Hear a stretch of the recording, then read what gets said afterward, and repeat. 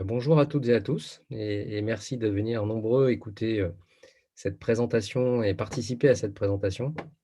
Heu, je vais me présenter un petit peu plus en détail, au cours de la présentation, ce qui permettra de faire le lien entre l'association, qui développe ce programme et moi aujourd'hui, où j'en suis aujourd'hui en fait, puisque je ne fais plus partie de l'association, mais je travaille toujours pour Ferme d'Avenir en tant que consultant donc j'ai préparé un une petite, voilà, une petite, présentation, et je vais commencer déjà par m'excuser peut-être parce qu'en fait la présentation que je vous propose en fait c'est sur, quelque chose que j'ai déjà fait en fait, mais c'est sur un modèle un peu différent de ce qu'on a l'habitude de voir. C'est, en utilisant Prezi et que vous connaissez peut-être et là où je m'excuse, c'est qu'en fait certaines personnes m'ont dit que ça pouvait avoir un effet, un peu perturbant, on va dire, ces histoires de zoom, et de dézoom. Donc je vais essayer de pas être trop rapide dans les changements d'image, mais voilà, c'est un une présentation que j'ai déjà présentée, donc que je voilà, j'ai pas pris la peine de recommencer sur un autre modèle, mais bon, a priori, ça va quand même. C'est pas l'air d'être trop pénible. Donc je vais peut-être commencer par partager l'écran, voir si ça voilà.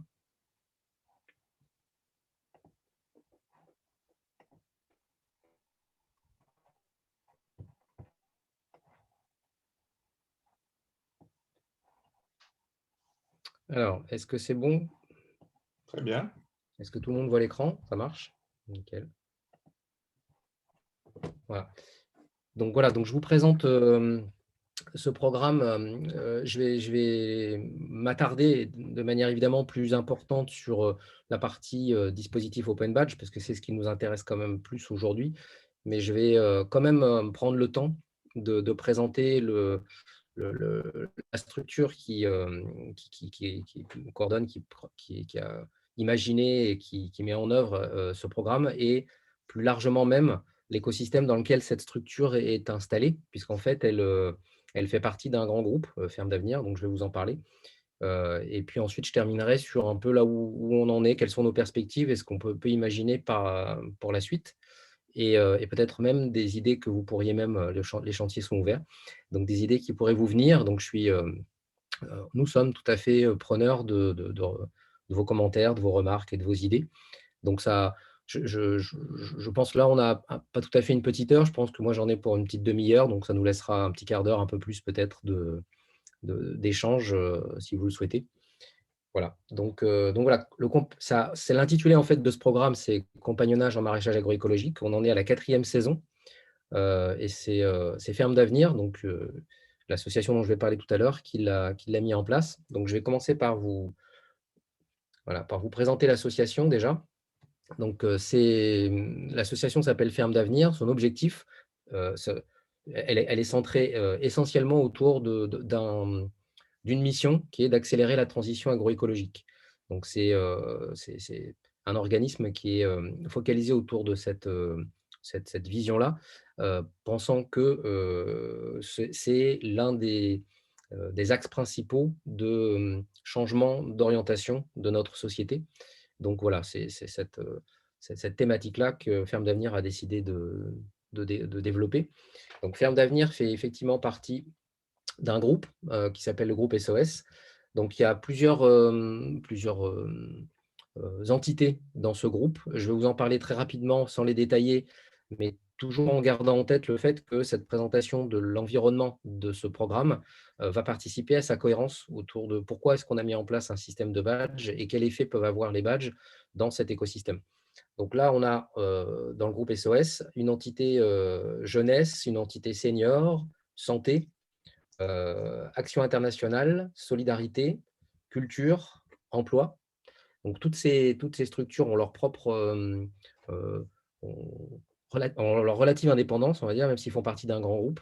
Ils ont leur propre mode de fonctionnement et leur thématique et leur démarche, mais ils sont, interconnectés et donc le dernier secteur qui s'est mis en place, celui de la transition écologique, et bénéficie de tout cet environnement et de ces interactions potentielles avec ces secteurs-là. Donc le secteur transition écologique, dont l'objectif, c'est, prendre soin des hommes et de la nature, Donc, c'est comme je le note sur la diapo, un réseau d'associations, de structures d'insertion par l'activité économique et aussi d'autres établissements, des établissements de formation, par exemple, au service de la transition écologique. Donc, il y en a que vous connaissez peut-être, hein, Solteris, Andes, par exemple, qui est un groupe d'épicerie solidaire, donc, qui existe déjà depuis un certain temps. Et puis, voilà, l'École des paysages de la transition écologique, les AGE, qui fait partie depuis récemment, depuis une année ou deux, je crois, du pôle transition écologique. Et puis Ferme d'Avenir, qui est des premières structures à intégrer ce pôle. Alors, le pôle a été un peu conçu autour de l'idée de faire entrer Ferme d'Avenir dans le groupe SOS, avec une ou deux structures associées. Mais c'était voilà, un projet de Maxime de Rostolan et du groupe d'entrer dans ce dispositif pour passer à l'échelle. L'idée étant qu'effectivement, on a besoin de passer à l'échelle et qu'on ne peut pas se satisfaire d'expériences locales, mais qu'il faut pouvoir les reproduire. Donc, on va voir dans quelle mesure c'est possible. Donc, en termes d'inspiration, Ferme d'Avenir est calé autour d'une vision, en fait, c'est celle de la permaculture, en défendant bien sûr l'agriculture biologique. Mais la permaculture, je l'indique là parce que qu'est-ce que ça a eu comme incidence pour nous? Incidence entre guillemets, évidemment, c'est un choix, hein, mais c'est qu'on a dû réinventer pas mal de choses. Peu d'éléments étaient déjà présents dans les outils qui nous ont permis de construire le programme pédagogique. Non pas que la permaculture est arrivée récemment, mais c'est qu'en fait, on avait assez peu d'éléments qui nous permettait de nous baser sur un modèle de type compagnonnage utilisant cette vision-là de l'agriculture.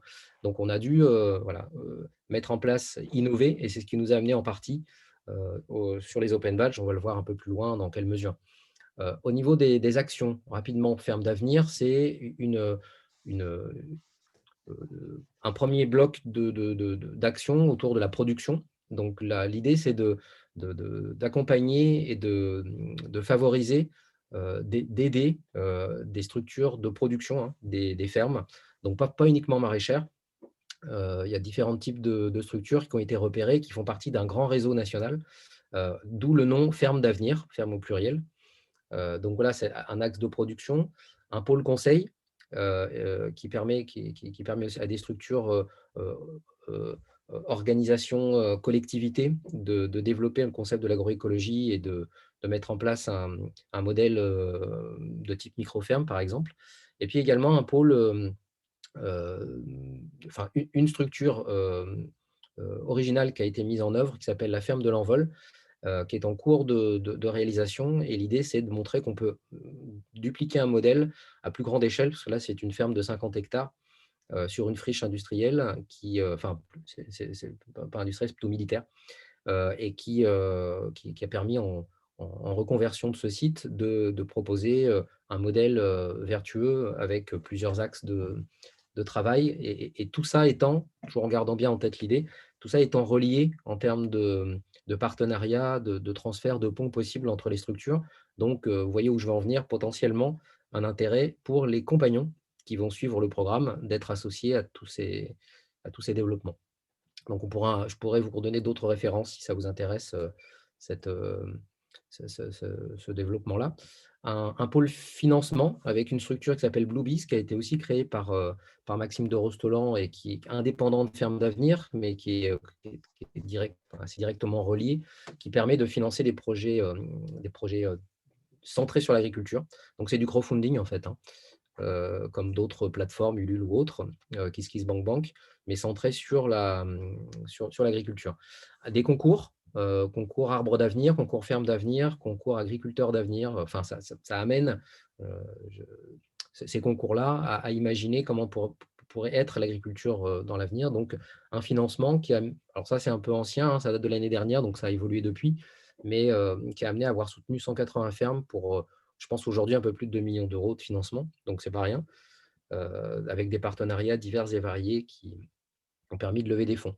Un pôle d'influencement, d'influence, pas si ça se dit, influencement, d'influence, donc avec un plaidoyer qui a été le premier gros travail réalisé par Ferme d'Avenir il y a plus de 5 ans maintenant, et puis un documentaire il y a 2 ans, je crois, à peu près, peut-être un peu plus, qui a été tourné autour de la démarche de Ferme d'avenir, mais pas que, d'Hélène Médig, qui s'appelle «On a 20 ans pour changer le monde». Donc vous avez peut-être déjà vu et que vous pouvez trouver, je pense, assez facilement.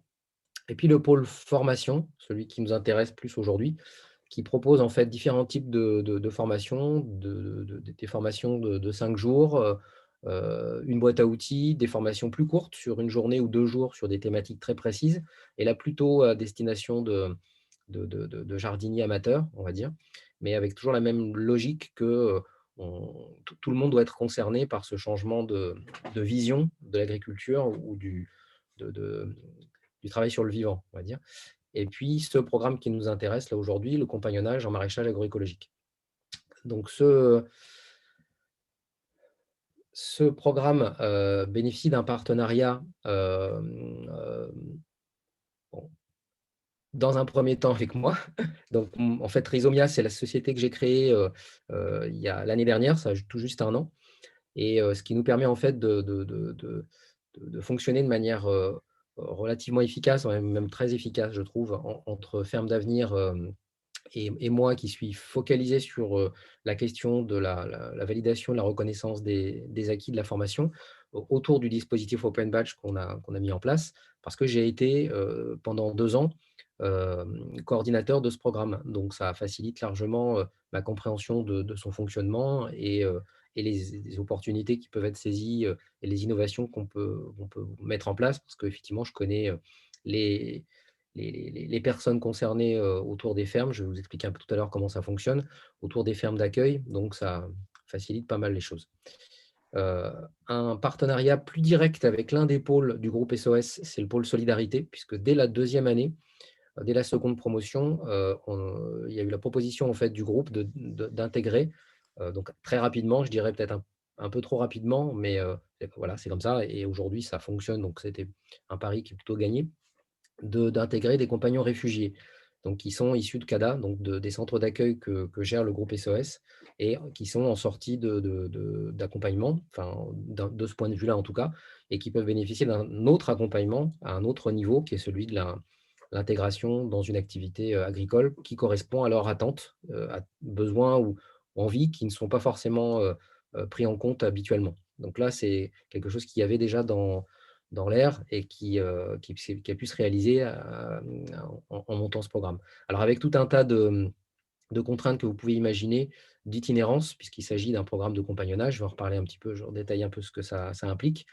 pour des personnes qui n'ont pas forcément l'habitude alors de voyager, oui, évidemment, mais pas de changer de site en site en France en s'adaptant à des modes de vie qui ne sont pas forcément les leurs au départ. Mais c'était un pari qui est plutôt réussi aujourd'hui. Donc, on va voir ce qu'on a mis en place pour que ça fonctionne, notamment autour des badges. Et puis, un, un choix assez rapide d'une thématique centrée autour de la reconnaissance ouverte et des open badges, avec l'idée de transférer assez rapidement ce modèle sur d'autres programmes, notamment le programme investissement en compétences, le PIC, PIC Inclusion, que certains d'entre vous connaissent, avec lequel on a essayé d'imaginer des passerelles possibles pour un autre niveau en termes d'itinérance, mais avec ce même état d'esprit. Et un partenariat rapide, évident, avec Open Badge Factory très rapidement. Et puis l'association Reconnaître, voilà, dont je fais partie, qui m'a permis effectivement d'entrer de manière pointue sur le sujet de la reconnaissance ouverte et des Open Badges. Alors, la formation elle-même, donc c'est une formation itinérante dans des fermes agroécologiques partout en France. Donc, c'est la 4e promotion qui a démarré en mars cette année. Il y a eu depuis le début du programme 57 compagnons formés. Alors, j'ai mis un taux de satisfaction de 92%, ça fait toujours bien, mais la réalité, c'est qu'effectivement, on colle de manière assez fine, assez précise aux besoins. C'est d'ailleurs, ce programme a été conçu en grande partie à partir comment dire, de la formulation d'un besoin non résolu, on va dire, de personnes qui souhaitaient s'installer et qui avaient besoin d'expériences de terrain. Et donc de proposer quelque chose de complémentaire aux formations classiques de type BPREA, par exemple, qu'on peut passer dans des CFPPA. Donc voilà, cette formation propose à des personnes, je vais y revenir tout à l'heure, de naviguer de ferme en ferme pour se former auprès des professionnels. Donc l'objectif de ce programme, sa finalité, enrayer le déclin de la paysannerie en accompagnant l'installation de maraîchers en agroécologie. On le dit déjà depuis quelques années, donc mon chiffre est sûrement plus d'actualité, mais c'est quasi 50% des agriculteurs de notre pays qui doivent partir à la retraite avant 2030, donc autant dire après-demain. Euh, c'est une réelle gageure que de pouvoir répondre à ce besoin et de renouvellement. Et donc, l'idée que Ferme d'Avenir s'est posée, c'est de trouver tous les moyens pour accélérer non pas le déclin de la paysannerie, mais au contraire son réenchantement, on va dire. Donc, l'objectif opérationnel dans cette idée-là, c'est permettre à des maraîchers qui ont une première expérience d'approfondir et faire reconnaître leurs pratiques agroécologiques. Donc là, on ne s'intéresse pas à des débutants. Ce n'est pas l'objectif de ce programme. Il y a d'autres programmes pour ça. Nous, ce qui nous intéresse, c'est d'être un levier de mise en application, on va dire, des projets menés depuis un certain temps par les personnes qui puissent venir de formations de type BPA dont je parlais tout à l'heure ou qui ont pu faire du salarié agricole. Donc, on s'intéresse, le programme est calé sur les préoccupations de personnes qui ont déjà une première expérience et qui ont besoin de l'approfondir. Pour qui il peut manquer, par exemple, des pans entiers du métier, puisque c'est un métier assez complexe, protéiforme, hein, où il faut être à la fois commerçant, producteur, il faut savoir vendre aussi son produit, potentiellement recruter et gérer des équipes, etc., etc. Donc voilà l'objectif de ce programme. Les principes, donc l'idée, c'est que dès le départ, qui a été imaginé dans la conception de ce programme, c'est l'idée de la reconnaissance par les pairs. C'est de reconnaître, valider les pratiques en maraîchage agroécologique, donc par les pairs en situation de travail et grâce au dispositif Open Badge.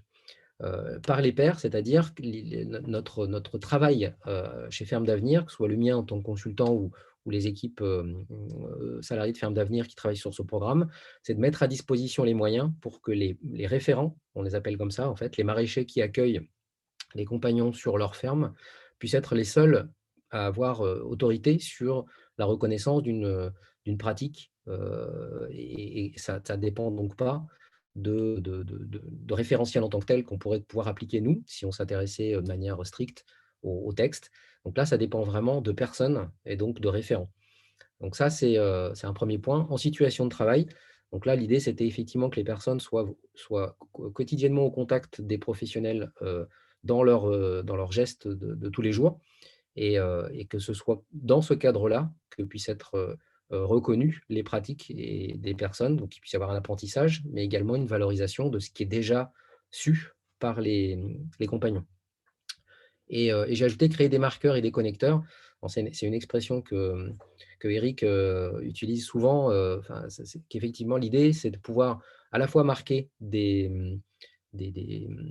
points de reconnaissance des pratiques des compagnons, mais également, et ça c'est un élément qui reste encore à développer, également créer des connecteurs entre les compagnons eux-mêmes des différentes promotions, entre les compagnons et les fermes qui ont été accueillies ou celles qui existent dans le réseau de fermes d'avenir, mais bien également au-delà, ce que je vous montrais tout à l'heure, l'écosystème dans lequel, rien que celui-ci, dans lequel les compagnons baignent est mis en œuvre par le groupe SOS. Donc, toutes les passerelles qui sont possibles d'imaginer, on va y revenir après. Donc, programme de formation et d'itinérance personnalisé selon les acquis et les projets des compagnons. Il n'y a pas d'itinéraire préconçu. Ce sont les compagnons qui décident, dans la mesure du possible, hein, évidemment, mais qui font des choix, dans quelle ferme ils souhaitent aller et quelles sont les thématiques qu'ils veulent voir développer. Donc, c'est vraiment un programme à la carte. Ce n'est pas juste une idée comme ça, hein. On a vraiment mis en œuvre ce principe. Et puis, la responsabilité des acteurs. Donc, compagnons et référents maraîchers sont souverains. Ce sont les référents qui décident, je vous le disais tout à l'heure, à quel moment ça peut être pertinent de reconnaître une compétence ou un savoir-faire. Et surtout, le badge est attribué à la demande d'un compagnon. Après l'avis d'un référent maraîcher, bien sûr, mais c'est bien le compagnon qui décide quoi et à quel moment le regard du maraîcher va être posé sur sa performance. Donc ça a un effet, enfin plusieurs effets qu'on peut imaginer, hein, il n'y a plus de pression qui est mise sur le compagnon, si on devait lui proposer, ou lui imposer une date d'évaluation, à un moment pour lequel il n'est pas forcément prêt. Et puis l'idée aussi qu'il peut renouveler autant de fois que nécessaire sur l'ensemble du programme, une demande de reconnaissance, d'un acquis. Donc c'est pas figé, dans le temps. C'est rare, mais il peut arriver qu'effectivement la compétence soit pas reconnue. Rien n'empêche le compagnon de renouveler sa demande auprès au même endroit ou auprès d'une autre ferme sur, un autre moment de la formation. Donc ça crée une souplesse et une tranquillité d'esprit qui est souvent, enfin, très souvent remontée par les compagnons, eux-mêmes. Donc, en termes de réseau, on bénéficie en fait du réseau que je vous ai montré tout à l'heure, le réseau de fermes qui est accompagné par Fermes d'Avenir. Donc évidemment, on a été puisé dans ce réseau-là, les fermes qui étaient prêtes à travailler avec nous. Donc l'idée, c'est vraiment de construire avec l'ensemble des structures du groupe SOS, les bases d'une chaîne de valeur et de confiance qui puisse être actionnable. Donc on a le réseau de Fermes d'Avenir qui est un potentiel vivier d'emploi, d'installation, pour les compagnons, mais également le secteur transition écologique, et notamment les entreprises de l'activité par l'insertion économique. Il y a également les équipes de fermes d'avenir sur les 3 autres axes dont j'ai parlé tout à l'heure, qui peuvent être des relais, le financement par exemple, l'assistance technique, qui peuvent être des relais pour les compagnons, et puis les autres réseaux du secteur SOS, du groupe SOS. Donc senior, par exemple, la possibilité d'installer dans les EHPAD des jardins maraîchers, c'est des projets qui sont en cours et qui peuvent être des débouchés potentiels pour les compagnons. Le secteur jeunesse, santé, solidarité, etc. Dans les centres d'accueil, par exemple, dans les CADA dont je parlais tout à l'heure, l'idée est de plus en plus présente d'installer des espaces de culture qui pourraient être mis à disposition des bénéficiaires des centres d'accueil, donc peut-être avec la coordination d'un compagnon. Donc voilà tout un tas d'ouvertures potentielles pour les compagnons que je voulais vous présenter. Alors, en termes de mise en œuvre, donc la formation est prise en charge selon des conditions particulières. Donc, je ne vais pas rentrer dans les détails, mais disons que c'est calé quand même grandement autour des critères Pôle emploi, mais avec des financements publics et privés, ça permet que le coût de la formation soit de zéro, soit négligeable pour les compagnons, pour que tout le monde puisse y avoir accès. C'est 3 périodes de 2 mois en binôme mixte. Donc c'est là l'une des innovations qu'on a mis en place, suite à la proposition du groupe SOS d'intégrer, des personnes réfugiées dans le programme. Donc c'est l'idée effectivement d'avoir, 2 personnes, l'une réfugiée et l'autre non, qui puissent, être ensemble, pas forcément sur les 3 périodes, mais qui puissent en tout cas être ensemble, sur, une période donnée.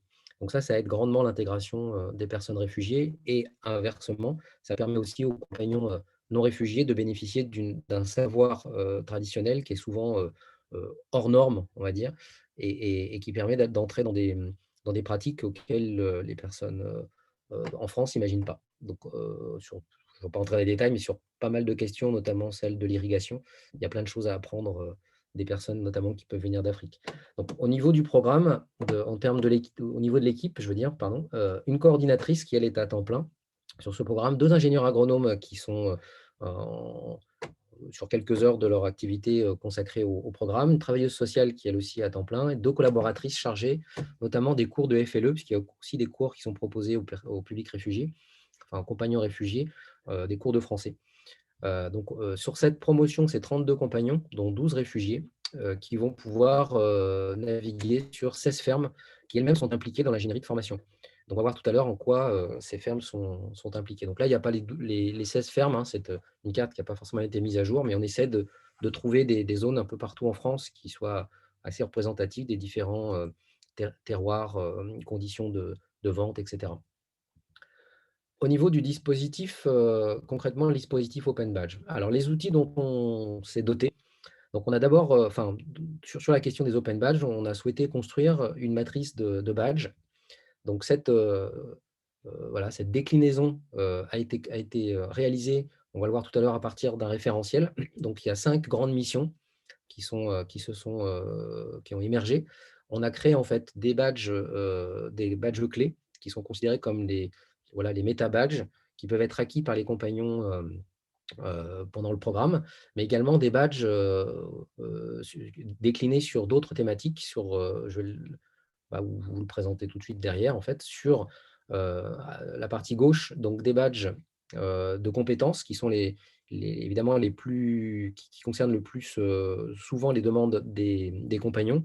Ce qu'ils cherchent à valoriser, c'est la compétence globale, mais il leur est possible aussi de valider et de chercher à faire reconnaître un savoir-faire, une attitude particulière, par exemple le sens de l'organisation, ou un savoir. Donc une connaissance donnée, par exemple celui du cahier des charges de l'agriculture bio ou tout un tas d'autres savoirs liés à la vie du sol, etc., qui peuvent être intéressants de valoriser. Donc ça, c'est possible. Ils peuvent faire la demande à un grain particulier selon leurs besoins et on peut créer du coup des badges en lien avec leurs besoins. Ils ne sont pas créés a priori, pardon. On a créé surtout des badges de compétences dans un premier temps.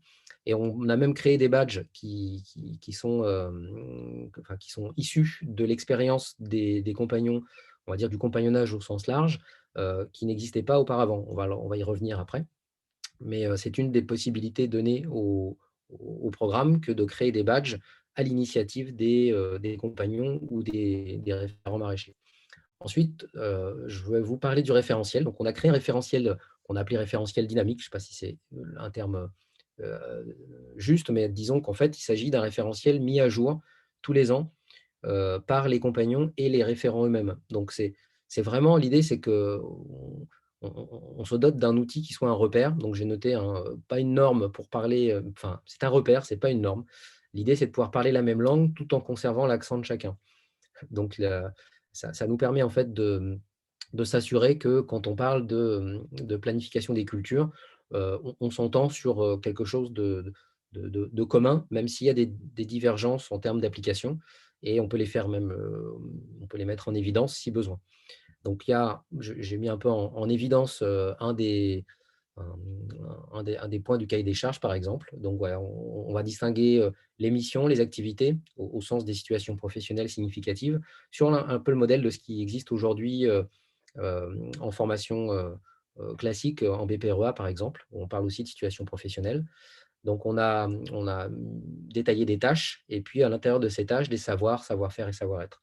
De ce point de vue-là, on n'a pas innové, simplement on a cherché à caler sur la réalité du métier de maraîcher sur petite surface. Donc, on a tout imaginé. Alors, je dis tout, pas complètement tout, puisqu'en fait, on est parti quand même à la base d'un référentiel qui existait que nos amis belges ont mis en place, l'Interfédé belge, pour le métier d'ouvrier spécialisé en agroécologie ou en agriculture bio. Donc, qu'on a évidemment complètement réadapté avec leur aval, bien sûr. Donc, ils ont eu connaissance de la déclinaison qu'on a proposée.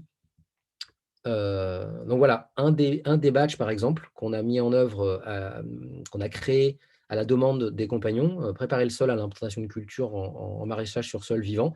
C'est une déclinaison qu'on n'avait pas imaginée, mais suite à leur demande, eh ben, on a créé un petit groupe de travail, maraîchers, référents et compagnons, et même au-delà, pour questionner évidemment les associations de maraîchage sur sol vivant, pour voir comment on pourrait présenter un badge qui rende compte de la préparation du sol sur cette technique-là.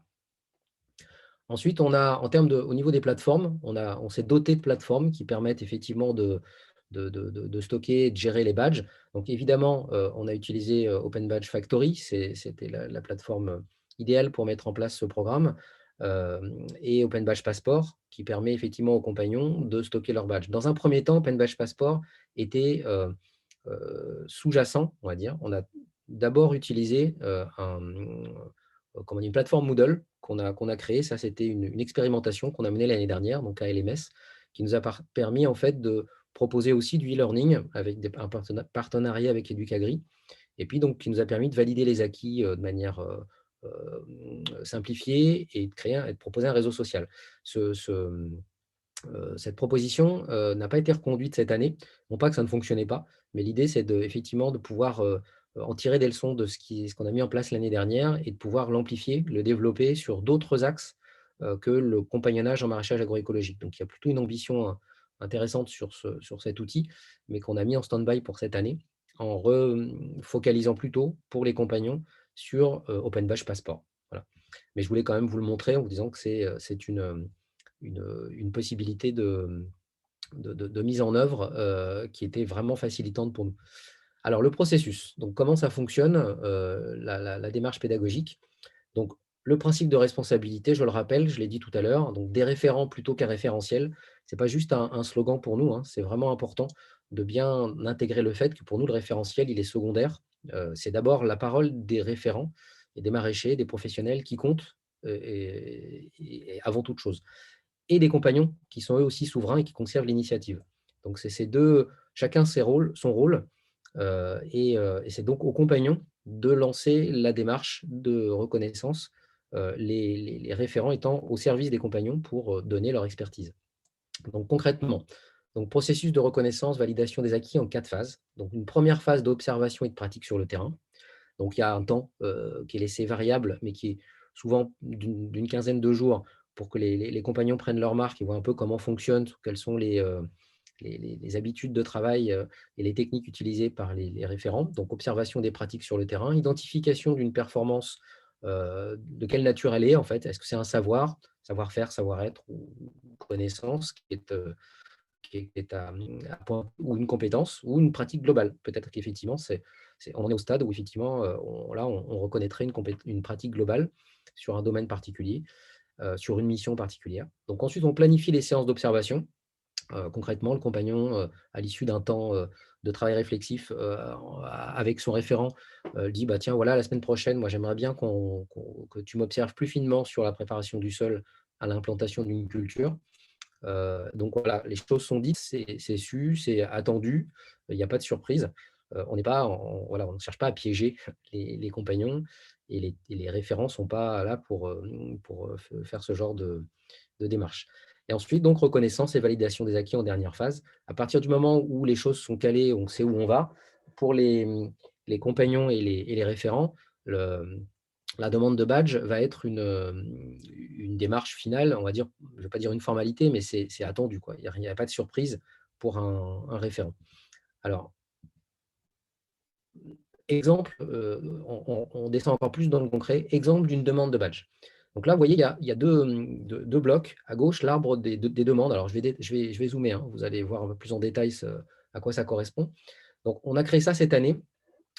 C'était en fait, on avait l'année dernière en fait la plateforme Moodle qui nous servait de point d'entrée pour les demandes de badge pour les compagnons.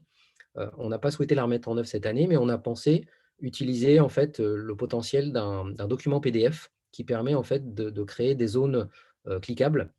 Donc, on a créé un arbre des demandes où on va retrouver sur cet arbre les 5 missions et l'ensemble des compétences, potentiellement savoir, savoir-faire et savoir-être. Là, il y en a peu, en fait, puisqu'il y en a eu peu de demandés finalement. Et puis, les différentes postures. On préfère parler de posture que de niveau. Donc, il y en a 4, observateur, initié, qualifié et formateur. Donc, en fonction de ces différents, même si on peut parler de degré d'aptitude, on va dire, les compagnons font une demande ciblée. C'est évidemment pas la même demande de badge qui est proposée. Il y a un badge adapté à chacune des demandes. Donc, si on regarde un peu dans le détail, donc voilà comment on a imaginé la chose. Donc, on a créé une carte heuristique, hein, simplement, en distinguant, par exemple, sur la mise en situation professionnelle, le design de la ferme. Donc, il y a la compétence, l'agroécosystème. Donc, c'est plus détaillé que ça, hein, évidemment, là, on n'a que le titre. Mais la compétence, on la détaille, on va la distinguer. Et on a là, en tout cas, cette première compétence, juste eu besoin aujourd'hui de reconnaître deux postures, observateur et initié. Et donc, le compagnon, il choisit en fait quelle est la posture qui est la sienne aujourd'hui et qu'il a souhaité faire reconnaître. Et il a juste à cliquer sur le petit lien donc, qui est sous la forme d'une petite planète pour, on va voir après, ouvrir une demande de badge. Ensuite, il peut surligner, on peut le faire sur un PDF, donc on s'est donné ces moyens-là. Il peut surligner, envoyer pour eux ou valider pour valider. Ce qui lui permet de suivre là où il en est des différentes demandes au fil de ces semaines d'immersion en situation professionnelle.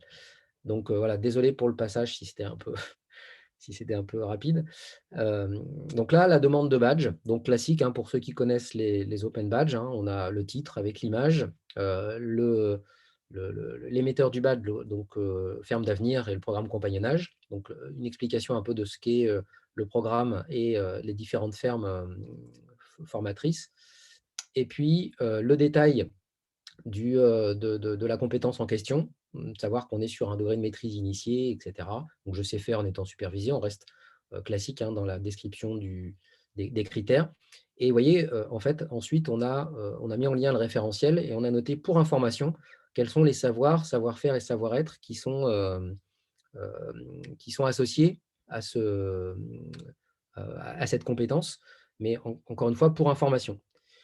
Ce n'était pas notre démarche initiale. Dans un premier temps, on a souhaité en fait que puissent être cochées des cases, un peu de manière classique, un certain nombre de savoirs maîtrisés, un certain nombre de savoir-être maîtrisés. On était autour de 50% au minimum de maîtrisés. Au final, une usine à gaz qui ne nous apportait pas grand-chose, puisque l'idée est toujours derrière que ce soit le référent qui soit souverain et qui puisse dire oui, cette compétence-là, j'ai ça comme point de repère, mais voilà, moi j'estime qu'effectivement, le compagnon est en mesure de la mettre en œuvre sur ce degré de maîtrise-là. Donc on le laisse souverain par rapport à ça. Donc, et voilà, la demande de badge, en fait, elle se décline ensuite le formulaire de demande de badge de manière un peu classique. On reprécise certaines choses qui nous semblent importantes. C'est que la mise en contexte est essentielle pour nous. Il ne suffit pas juste de faire la demande de badge, mais il faut aussi pouvoir expliquer dans quel cadre ça a été mis en œuvre. Donc ça nous paraît important d'insister sur ce point-là, parce que ce n'est pas obligatoire et qu'il est possible de présenter la performance sous différentes formes, vidéo, images, photos de la personne en train de réaliser, etc. Et le travail qu'il y a à faire là, qui est assez simple et qui nous simplifie aussi beaucoup la vie, c'est qu'en utilisant les règles associées au formulaire de demande de badge, on peut choisir la ferme dans laquelle on se trouve aujourd'hui.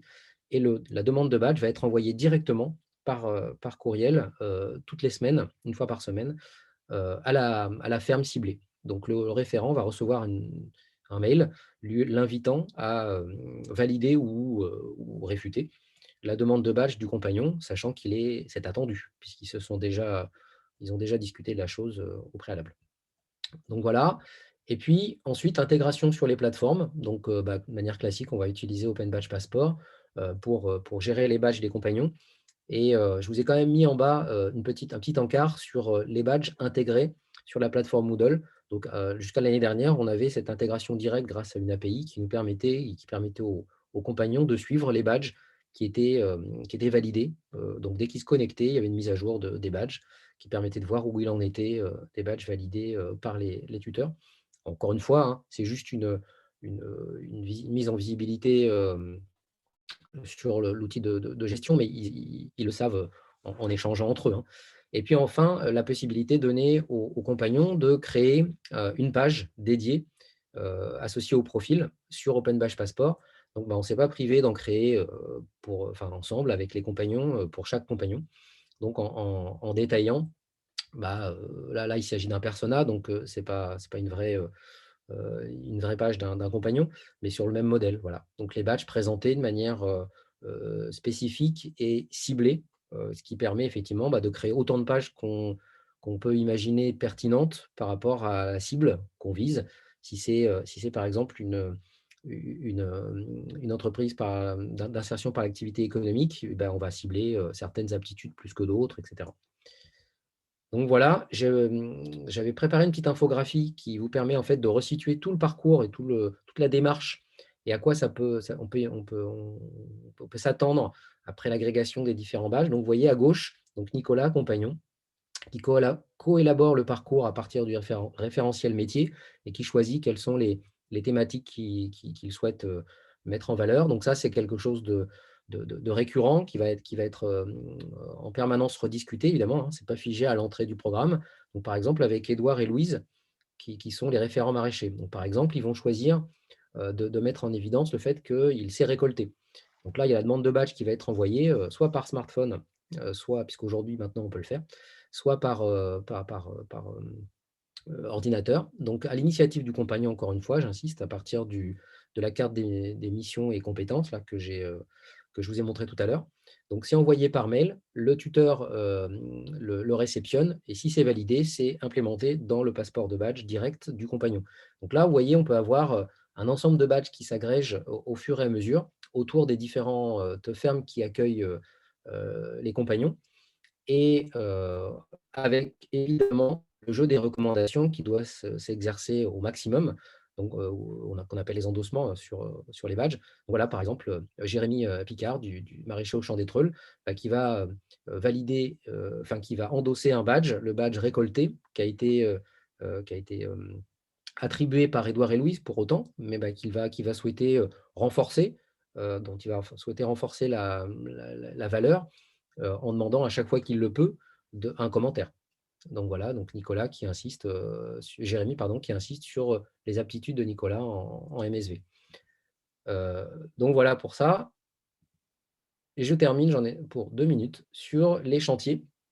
Donc les open badges, alors secteur transition écologique. Donc l'idée, c'est d'ouvrir les badges évidemment à l'ensemble des associations de l'IAE qui font partie du groupe. Donc ça, c'est une ambition qu'on a depuis un certain temps. Donc ce que met en place Ferme d'Avenir va servir de modèle pour ça. Et puis les autres secteurs du groupe SOS, donc on a un potentiel vraiment intéressant. Et l'idée, c'est que la reconnaissance ouverte s'exerce à pleinement et qu'on puisse travailler à la fois à la reconnaissance des aptitudes par les compagnons, mais également, enfin, par les référents vers les compagnons, mais inversement aussi. Donc, ça nous plairait bien qu'on puisse mettre en place, et c'est moi en tout cas, c'est quelque chose que je vais défendre de plus en plus, que les compagnons puissent reconnaître les aptitudes de formation, par exemple, des référents maraîchers, et qu'il puisse y avoir des badges dédiés, et que ça puisse être dans ce sens-là aussi, que s'exerce la reconnaissance. Et puis l'idée, pour terminer, c'est d'utiliser bah, au maximum ce qu'on peut utiliser aujourd'hui comme outil qu'Eric met en place, donc notamment les wikis. Et moi, j'aimerais bien qu'on puisse créer effectivement un référentiel réellement ouvert, et que des pratiques puissent être partagées, conçues en dehors du programme, pour être utilisées en dehors du programme par d'autres personnes concernées par le maraîchage agroécologique, puisqu'aujourd'hui, bah, en fait, les badges sont attribués en interne du programme. Évidemment, il faut avoir suivi le programme pour que ça puisse fonctionner. Donc l'idée, c'est qu'on puisse essayer de trouver une manière de sortir de ce programme avec l'expérience qu'on a aujourd'hui, et pourquoi pas utiliser le wiki pour ça. Voilà, donc je vous remercie de votre attention.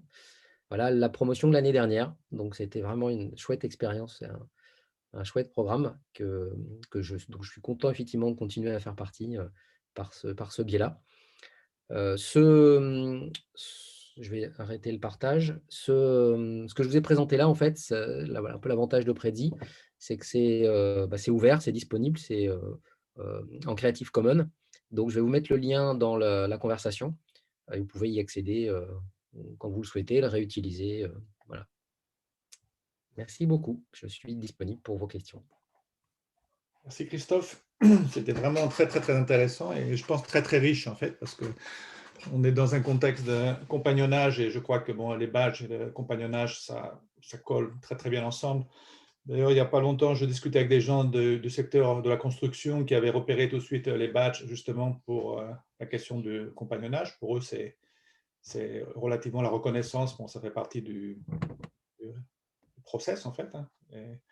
Mais c'était très, très intéressant aussi de voir la dimension. Il y avait bon, donc, des migrants et puis des non-migrants qui travaillent ensemble en binôme. Et, et un grand coup de chapeau sur la planification très, très minutieuse. Et je pense que c'est très, très réfléchi, il y a des astuces aussi pratiques comme la carte que tu as montré tout à l'heure, qui permettent de naviguer directement sur les demandes de badge. Chapeau. J'ai une question parce qu'on est en domaine, disons, agricole qui n'est pas forcément numérique. Et d'ailleurs, il y avait une question, c'était attends, je ne me rappelle plus que c'était tout à l'heure, sur justement la question de la rupture numérique, etc. Comment ça a marché d'un point de vue pratique?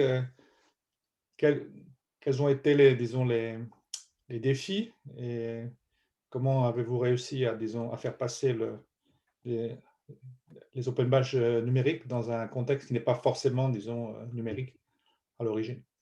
Alors, je vois effectivement les questions dans le. Je ne sais pas si je les vois toutes. Tu me diras, Eric, hein, Oui, oui, mais je te dirais, on va Voilà, je faire. passe celle effectivement liée aux difficultés techniques potentielles. Alors, la principale, en fait, ça a été de rendre disponibles les demandes de badge à des personnes, auprès de personnes, en fait, qui sont, pour beaucoup d'entre eux, c'est pas une vue de l'esprit, hein. Moi, j'étais moi-même paysan, hein. J'ai eu plusieurs vies, en fait, comme les chats, mais j'ai été moi-même paysan et je vois bien qu'effectivement, l'ordinateur, c'est le soir, quand vraiment je suis obligé. Et donc, l'idée de passer par le numérique, ça a pas été simple. Dans un premier temps, les compagnons, tout comme moins les compagnons, mais surtout les fermes, m'ont dit: «Non, mais nous, c'est pas dans notre culture, ça va être très difficile pour nous de s'asseoir devant l'ordinateur et puis de s'atteler avec toi, enfin avec les compagnons, à aller intégrer des preuves». Puisqu'au départ, on avait un document en fait, dans lequel il fallait saisir. C'était un formulaire PDF dans lequel il fallait saisir le contexte, les différents compétences ou savoir-faire qui avaient été reconnus, l'enregistrer, pas besoin de l'imprimer au moins, mais l'enregistrer et me l'envoyer, que moi je puisse l'intégrer dans la demande de badge et ensuite attribuer la demande de badge. Donc un truc pas simple à faire, mais qu'on a fait, hein, que j'ai fait pendant presque 2 ans, et jusqu'à avoir la possibilité en se disant, au fait, pourquoi est-ce qu'on n'utiliserait pas les règles? Alors, c'était pas simple, hein, d'un point de vue technique, il a fallu, avec Eric, imaginer pas mal de choses.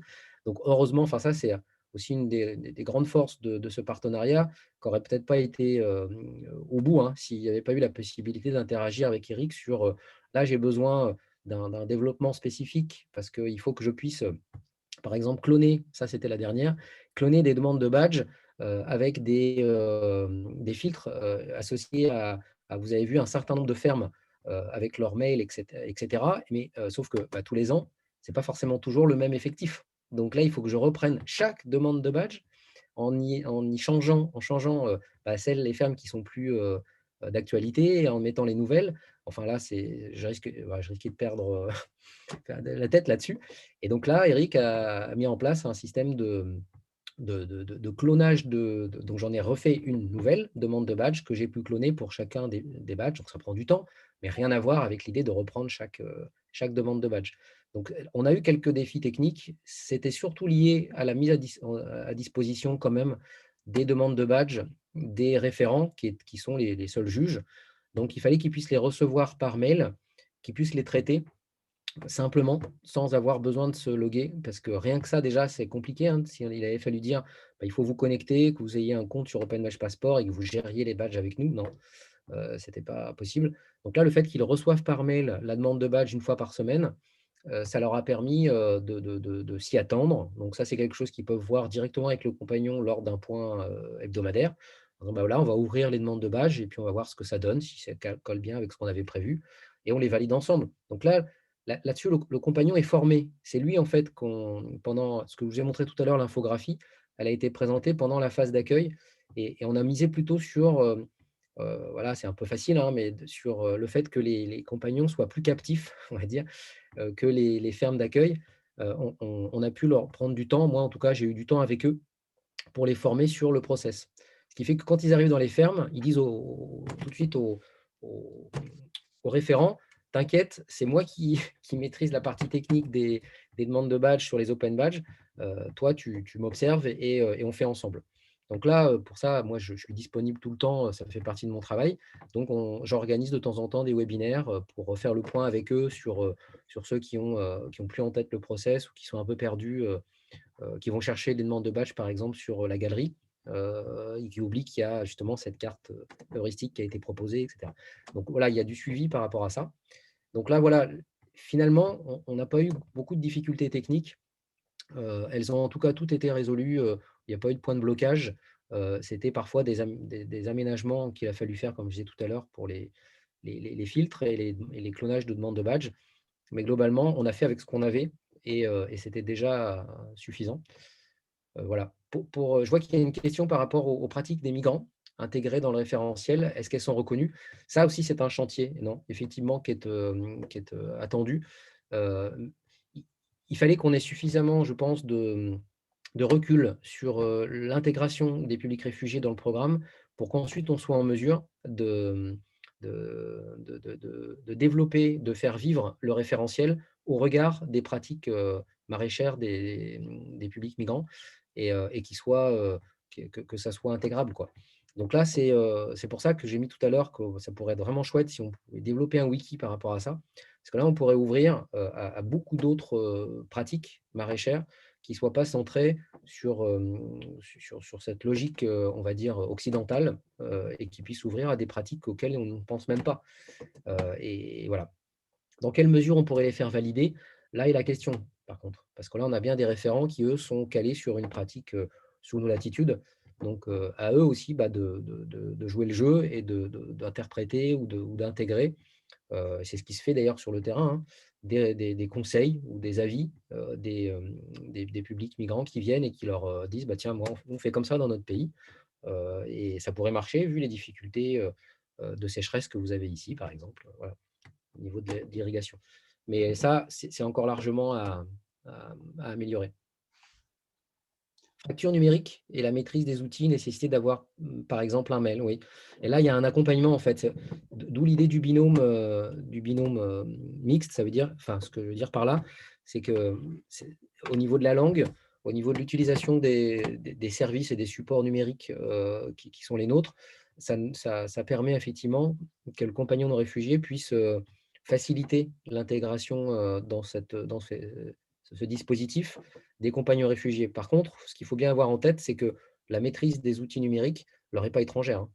C'est des gens en fait qui maîtrisent le smartphone et qui communiquent très régulièrement avec leur pays et qui peuvent se débrouiller. On a la possibilité d'utiliser des interfaces, on l'avait fait en tout cas par exemple avec Moodle, mais on peut le faire exactement la même chose avec OpenVeg Passport, en anglais par exemple. Beaucoup d'entre eux parlent l'anglais. Donc on a la possibilité d'aller plus loin encore, probablement, par exemple en traduisant les badges. Et ça, il faudrait qu'il y ait un accompagnement là-dessus, parce que ça fait quand même un gros travail. Mais en tout cas, il y a un accompagnement. Les personnes migrantes, notamment, ne sont pas laissées seules. Et puis globalement, on va dire que la plupart des compagnons non réfugiés qui s'inscrivent dans ce programme ne font pas une remontée de problématiques importantes liées à la fracture numérique. Mais c'est une réalité, il faut avoir un mail, effectivement, pour s'intéresser à ça.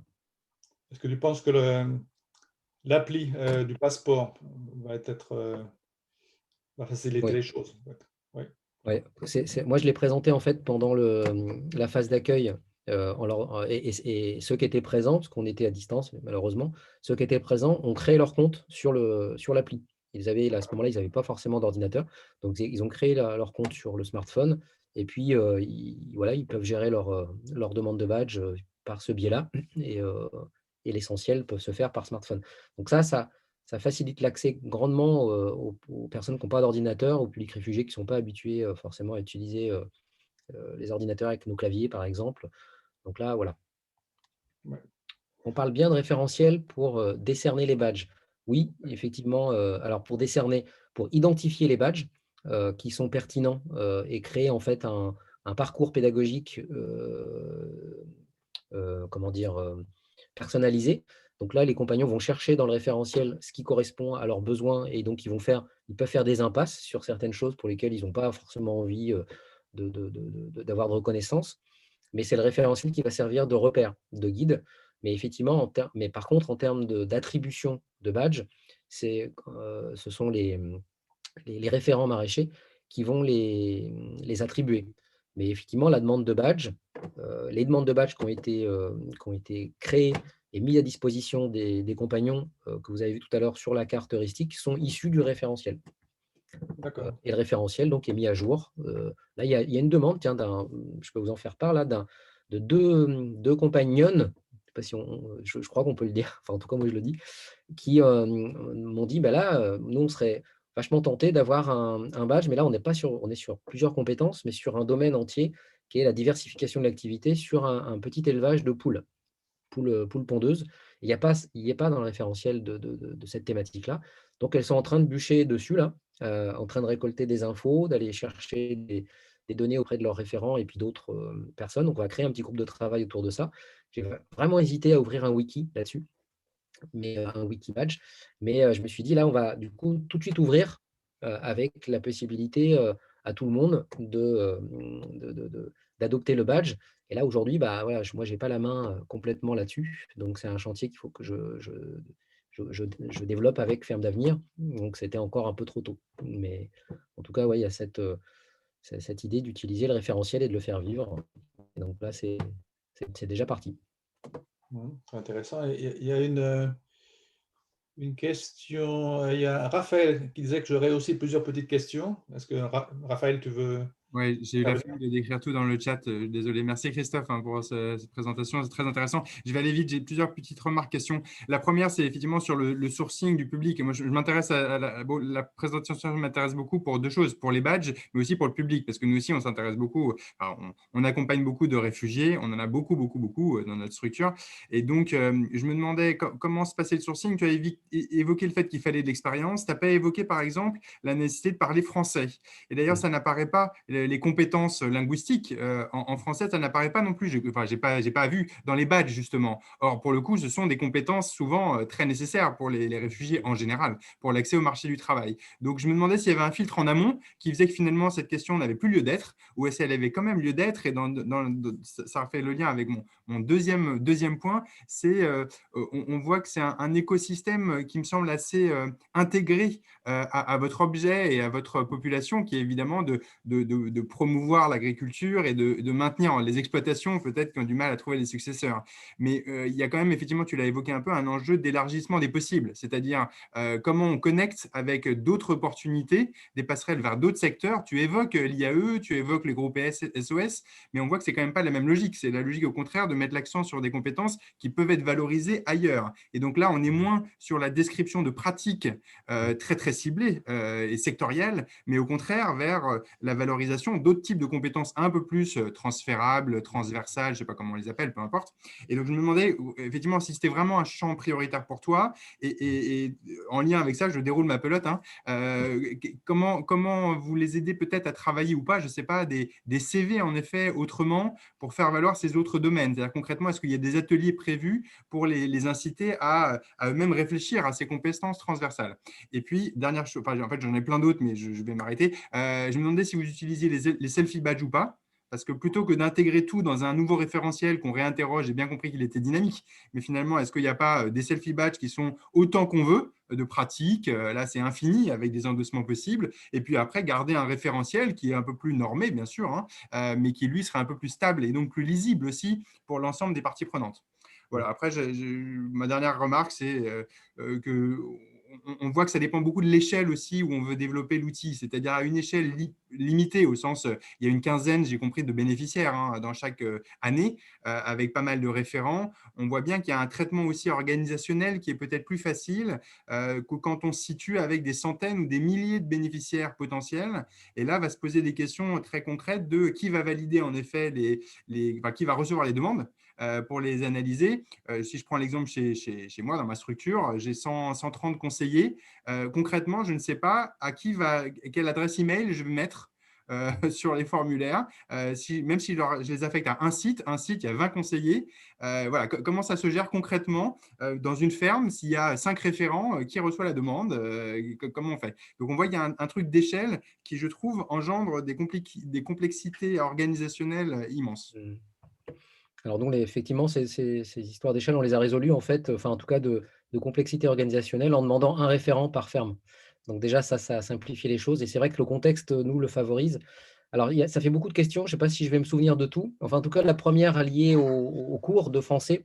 Effectivement, l'un des prérequis, alors c'est des personnes qui sont en sortie de CADA. Donc, pour la plupart, ça fait 1 an qu'ils sont en France. Ils ont déjà eu la possibilité d'apprendre le français, mais même s'ils ne le parlent pas ou ils ne le lisent pas couramment, notre objectif, c'est qu'ils le comprennent quand même suffisamment. C'est-à-dire qu'il y a des cours de FLE, vous avez vu, en fait, je l'ai présenté. Il y a même 2 personnes qui sont centrés sur cette problématique-là. Ils ne font pas que ça, mais une de leurs missions, ça fait partie de leur mission principale quand même, de proposer des cours de FLE. Par contre, nous, ils n'ont pas souhaité, en fait, Ferme d'Avenir, de se doter des badges pour ça. Donc, aujourd'hui, il y a des cours qui sont proposés, qui permettent effectivement, et là, c'est significatif, passer, l'année dernière, c'était 8 mois. Là, c'est un peu moins, mais il y a plus de temps de regroupement. Mais oui, imaginez qu'effectivement, 1 an en CADA, souvent en parlant un peu avec des compatriotes, donc en parlant un peu toujours la même langue, ils n'ont pas tant que ça avancé sur leur pratique du français. Là, sur ces phases d'immersion, c'est fulgurant. C'est-à-dire pratiquement en 2 mois, sur la première période, ils ont déjà acquis une capacité d'expression et de compréhension qui est énorme. Donc ça, c'est un des avantages, sans avoir forcément besoin de mettre en place d'ailleurs de cours en particulier, c'est juste le fait d'être là, quoi, d'être là et d'écouter, de participer. Mais on n'a pas cherché spécialement à le valoriser par des badges pour l'instant. On pourrait le faire, tout à fait, c'est vraiment une bonne idée à faire, à proposer à Ferme d'Avenir. Et pour ce qui est des compétences transversales, on en a peu finalement. C'est surtout les savoir-être qui ont été proposés dans le cadre du référentiel, le sens de l'organisation, etc., qui, qui peuvent être mises en évidence de manière spécifique. Et ils sont présentes. On peut les mettre en exergue et focaliser dessus à partir du moment où la compétence technique ou le savoir-faire n'est pas forcément prioritaire, parce qu'on a des gens, par exemple, qui se rendent compte que ce n'est pas forcément leur voie. Mais en réalité, avec le travail qui a été fait en amont de sourcing, c'est très peu le cas. C'est-à-dire que les gens qui sont présents sur ce type de programme hyper impliquant, quand il faut vraiment s'imaginer ce que ça représente, hein, d'aller s'installer dans une ferme, de rester 2 mois, de se regrouper ensemble pour faire le point et ensuite de repartir à nouveau sur une ferme pendant 2 mois et de le faire ça 3 ou 4 fois, c'est un sacré challenge. Donc moi, je leur tire mon chapeau et tous les ans, je leur dis que déjà ça, c'est une vraie aventure et un vrai challenge qu'ils ont relevé. Et la plupart, en fait, quand ils s'engagent dans ce programme-là, c'est vraiment qu'ils ont envie d'être maraîchers, quoi. C'est rare les gens qui disent: «Ah non, finalement, au bout de 6 mois, non, je me suis trompé, c'est pas ma voie». Donc peut-être pas de s'installer, mais en tout cas d'être ouvrier, maraîcher, oui, pour la plupart. Donc c'est pas vraiment ce qu'ils cherchent, les compétences transversales avec des CV, qui permettent de rendre compte de ce qui s'est passé là. Les compagnons réfugiés, c'est autrement, c'est autre chose. Ça pourrait être bien plus pertinent de focaliser, dessus parce que certains d'entre eux, effectivement, vont s'orienter vers d'autres voies. On n'en est pas on n'est pas arrivé à une équité du point de vue de comment dire? De l'orientation et des opportunités qui sont proposées aujourd'hui. Et d'ailleurs, voilà, il y a moins de compagnons réfugiés qui sortent, qui vont jusqu'à la fin du programme. Certains abandonnent en route, en cours de route pour plein de raisons. Donc j'ai pas fait le point là sur les analyses statistiques sur tout ça, mais en fait, voilà, c'est pas, c'est largement significatif pour que ça vaille le coup qu'on poursuive. Mais et pour certains, voilà, ce qui va se jouer va être au-delà de l'insertion professionnelle, la confiance en soi, l'intégration, etc. Mais on pourrait le valoriser bien mieux que ça. Et moi, je le retiens comme un chantier tout à fait pertinent. Merci Raphaël. Je n'ai peut-être pas répondu à toutes tes questions, je ne sais pas. Mais... Très bien. On a encore quelques minutes pour répondre à. Il y a beaucoup de questions, ce qui est très bien. Bon, il y a François Calvet qui demandait donc quel retour des participants des précédentes promotions sur l'usage de leur badge pour valoriser leurs compétences, etc. Est-ce que tu peux nous parler un peu des Alors, retours? moi, j'ai finalement le fait que je sois maintenant, c'est quelque chose qu'il faudrait que sur lequel il faudrait que je sois un peu plus attentif et qui m'intéresse aussi vis-à-vis de Reconnaître, par exemple, et pour avoir un retour là-dessus. Mais c'est plutôt Ferme d'Avenir en fait qu'il faudrait questionner. Moi, j'ai pas, n'étant plus dans l'effectif, j'ai pas forcément les retours des bilans qualitatifs ou quantitatifs même, parce que vraiment tous ils vont jusqu'au bout. Ça, oui, ça je le sais plus ou moins, hein. Mais quel est leur avis et leur utilisation du programme? Alors, ce qu'il faut avoir en tête, c'est qu'il y a peut-être un biais qui joue, hein, pas mal là-dessus, sur la mise en œuvre de ce type cette modalité de reconnaissance des acquis. C'est que Ferme d'Avenir a choisi que ce soit ce type de modèle à mon initiative, mais aussi parce que ça se vend bien. Clairement, quand Ferme d'Avenir est allé chercher et j'étais là moi, hein, j'en ai fait partie, chercher des fonds privés, avant de pouvoir, et c'est en cours seulement, bénéficier des fonds publics.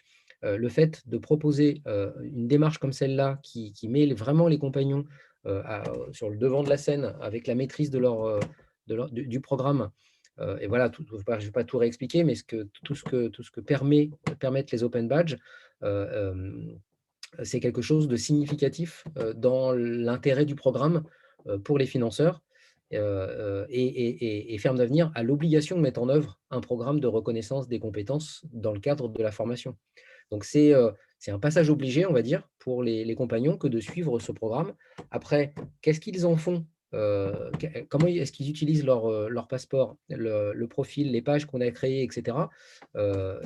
Les quelques exemples que j'ai au moment où moi j'étais sur place, c'est une personne, par exemple, qui a envoyé sa page, son CV, à une candidature. Alors, c'était un CV indirectement, quoi. C'est la page qu'il a créée sur son profil, à un jardin d'insertion sur lequel il a été pris alors, immédiatement. Alors, il m'a dit, en fait, soit c'est les badges qui ont été significatifs parce que les gens, en fait, ont vu très clairement ce que j'ai pu réaliser et quels étaient mes points forts, soit c'est le compagnonnage, ou les deux. Parce qu'en fait, pour beaucoup de gens, c'est déjà comment dire, c'est déjà une clé d'entrée majeure que de pouvoir dire, il y a l'aura aussi du compagnonnage, des compagnons du devoir, hein, qui est derrière ça et qui laisse supposer ce que ça implique.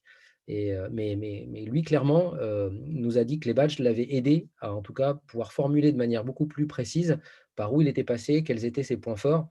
Et ça, c'est loin d'être négligeable. Après, tout ce qui est connexion entre les compagnons, utilisation de la plateforme, etc., on se heurte à ce que je vous disais au tout début sur les freins techniques. C'est la grosse difficulté qu'ont les agriculteurs, on va dire, les maraîchers peut-être spécifiquement, mais à utiliser le numérique. Et donc, je vous disais, pour eux, c'est déjà difficile d'ouvrir les mails pour récolter les factures, etc. Donc, aller utiliser une plateforme pour naviguer sur le réseau et essayer de communiquer avec les autres possesseurs du badge maraîchage sur sol vivant, c'est encore un chantier qu'il va falloir développer et qu'il va falloir couvrir, mais ce n'est pas lié uniquement à ce programme-là, hein. Voilà. Très bien, merci. Il Il y avait encore. y On avait va une essayer question de. voilà, sur les 4 niveaux, disons qu'il n'y a pas le 4e niveau à quoi il correspond. Chris, c'est le niveau formateur. Et c'est celui dont je souhaitais, c'est un des chantiers où je disais ça serait bien qu'il puisse y avoir une réelle reconnaissance ouverte et que les compagnons puissent donner leur avis sur les référents qui sont leurs formateurs, puisque le badge formateur pourrait être créé sur des thématiques spécifiques, hein. Voilà, il peut y avoir des points sur lesquels ils sont plus forts que d'autres, les référents, et qu'ils puissent être mis en évidence. Donc le parcours dure 8 mois, effectivement, ouais, Ouais. avec des temps de rencontre. Donc, ce n'est pas 8 mois pleins sur site, puisqu'il y a des temps de rencontre qui peuvent durer une semaine, voire plus. Voilà. Le référentiel est-il finalement utile dans le contenu du badge, vu qu'il y a les référents? Comme j'ai dit tout à l'heure, en fait, ça sert d'outil de communication entre les référents, en réalité. Entre les référents, entre eux, puisque c'est eux qui l'ont conçu. Donc, ils se sont mis d'accord, et ce n'est pas simple, hein, de se dire, est-ce qu'on parle bien de la même chose quand on parle de l'implantation d'une culture? Est-ce qu'on parle bien de la même chose quand on parle d'utilisation d'un semoir, etc. Donc, il a fallu qu'ils se mettent d'accord sur une thématique où il y avait peu d'éléments, en fait, l'agroécologie. On avait beaucoup de choses relativement beaucoup de choses sur l'agriculture traditionnelle, hein, ou conventionnelle, ou le maraîchage conventionnel, mais peu sur l'agroécologie. Donc, le fait qu'ils travaillent ensemble là-dessus, ils ont créé leur propre code, on va dire. Mais effectivement, on pourrait s'en affranchir et se dire, il n'y en a plus besoin, puisque de toute façon, les badges reprennent l'essentiel de ce qui est contenu dans le référentiel. Mais ça reste un document de cadrage et de référence, de repère. Voilà. Et utilises-tu les alignements sur OBF pour faire le lien avec le référentiel des compétences? On l'a fait au début, en fait, et donc on a utilisé le référentiel comme notre référentiel en alignement. Et en fait, on s'est rendu compte que ça avait peu d'intérêt de le mettre en évidence à cet endroit-là. Donc, on a cessé de le faire. Il n'y avait pas de plus-value réelle, sachant qu'on faisait le lien autrement vers le référentiel et qu'on pouvait le mettre à jour plus facilement par l'intermédiaire d'un lien hypertexte. Donc, dans le corps comment dire, du badge. Et donc, voilà, c'est une question pratique pour laquelle on n'a pas utilisé les alignements. Il y a Voilà. encore une dernière question, c'était comment sont accompagnés les référents vis-à-vis de leur mission d'évaluation? Nadia Aubry. C'est-à-dire, Comment sont accompagnés les référents vis-à-vis de leur mission d'évaluation? Donc, est-ce qu'ils sont formés? Est-ce qu'ils sont assistés? non, alors en fait, c'est vrai que vous avez vu, en fait, il y a, je crois qu'il doit y avoir 500 contacts aujourd'hui, plus ou moins rapprochés, de fermes d'avenir avec des fermes agroécologiques sur différents thèmes, hein, pas que du maraîchage. Et il y en a 16 qui font partie du programme aujourd'hui. C'est pas que, enfin, il pourrait y en avoir plus, hein, mais il y a une vraie sélection qui est faite en amont par l'équipe de Ferme d'Avenir, les différentes équipes de Ferme d'Avenir, pour dire là, on a une perle, là, on a des gens qui sont à fond dans la transmission, qui ont vraiment envie de montrer ce qu'ils font et ils le font déjà, mais peut-être de manière pas forcément très structurée, avec peu d'éléments à, comment dire, euh, qui permettent de rendre compte de ce qui a été acquis, donc qui pourrait bénéficier favorablement du programme-là, où on a identifié des savoir-faire de manière assez précise. Donc là, on a finalement en amont un sourcing des fermes qui permet d'identifier des personnes qui s'intéressent à cette question de la transmission, qui ont déjà la fibre pédagogique. Mais au-delà de ça, il n'y a pas de formation spécifique qui leur sont proposées. Et certains d'entre eux, moi, je leur ai dit, quand j'étais encore chez Ferme d'Avenir, je leur ai dit, mais en réalité, là, ce qui pourrait être fait, c'est que vous considériez que ce travail de formation soit une activité en tant que telle, identifiée précisément. C'est-à-dire, vous faites partie, en fait, des fermes pédagogiques, donc des endroits où on vient apprendre. Vous êtes identifié en tant que tel. Et certains d'entre eux, j'étais un peu surpris, ont eu un mouvement de recul en disant, non, non, non, moi, je suis maraîcher, point. Effectivement, je suis d'accord pour transmettre. Donc, les gens viennent voir ce que je fais, ils observent ce que je fais et je suis prêt à expliquer comment je fais, mais je ne suis pas une école. Et donc, il y a une réticence à vouloir entrer dans ce jeu d'un réseau de lieux, de sites d'apprentissage, mais ça chemine. Et je crois que d'année en année, avec les personnes qui restent un peu les mêmes, hein, il y a un noyau dur de fermes qui sont toujours présentes, ça commence à entrer dans les mœurs de se dire, et pourquoi pas? Pourquoi on ne s'afficherait pas en tant que tel? Et donc, ça peut devenir pertinent aujourd'hui, par exemple, d'avoir un badge qui identifie, parce qu'aujourd'hui, ils n'en veulent même pas, un badge qui identifie comme ferme formatrice. Ici, on forme. On a fait des badges ici, on badge. On peut dire ici, on forme à l'agroécologie. Et certains ont dit, ouais, OK, tout de suite, une ou deux. Mais sur les 16 fermes, ce n'est pas prioritaire pour eux. Pourtant, nous, été vigilants au fait qu'ils aient cette fibre pédagogique. Donc voilà. D'accord, très bien. C'est peut-être à cause du compagnonnage, au sens où le compagnonnage, c'est pas, disons, c'est pas une institution au sens, sont pas des formateurs d'un point de vue, disons, formel et officiel, en fait. L'idée du compagnonnage, c'est que bon, il y a Des maîtres, le maître qui est, des bon, qui est experts dans leur à la domaine. disposition des gens qui veulent apprendre, mais qui n'est pas lui-même qui est maître dans son domaine et qui est intéressant pour ses compétences, disons, professionnelles, en fait.